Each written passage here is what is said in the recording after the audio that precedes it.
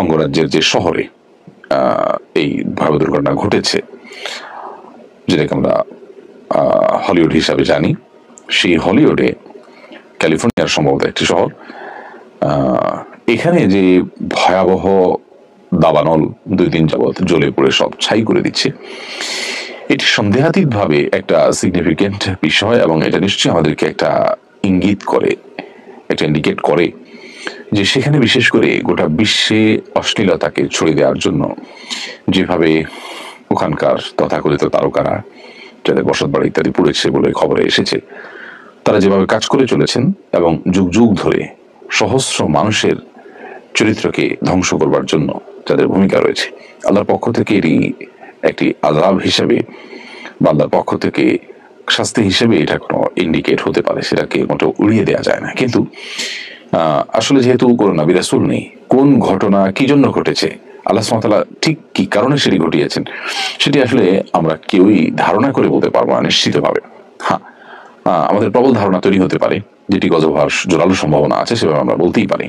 কিন্তু এটি গজব নাকি এটি সাধারণ কোনো ঘটনা যেটি আল্লাহ সুবহানাহু ওয়া তাআলা অনেক সাধারণ এলাকাতেও ঘটিয়ে থাকেন, সেটা একমাত্র আল্লাহ ভালো জানেন।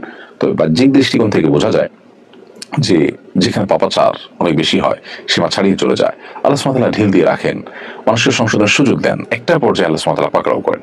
আমরা জানি ইতালির যে পম্পেয় নগরী, পাপের নগরী হিসাবে পরিচিত এই পম্পেয় নগরীতে আল্লাহ রাব্বুল আলামিন ঠিক একইভাবে দাবানলে পুড়ে এমনভাবে ছাই করে দিয়েছেন, শত শত বছর পরও আজও সেই শহর সেভাবেই ভস্ম হয়ে এখনো পৃথিবীর মানুষের কাছে শিক্ষার উপকরণ, উপদেশ গ্রহণ করার মাধ্যম হিসেবে এখনো ঠায় দাঁড়িয়ে আছে।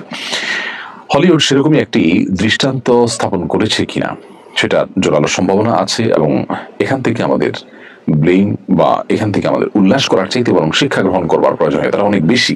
ব্যক্তিগত জীবনে আমরাও যারা সীমা লঙ্ঘন করি, সীমা ছাড়িয়ে যাই, আল্লাহর অবাধ্য হয়ে যাই, আমাদের জন্য এটা অবশ্যই সতর্কতা এবং এটা অ্যালার্মিং একটি বিষয়।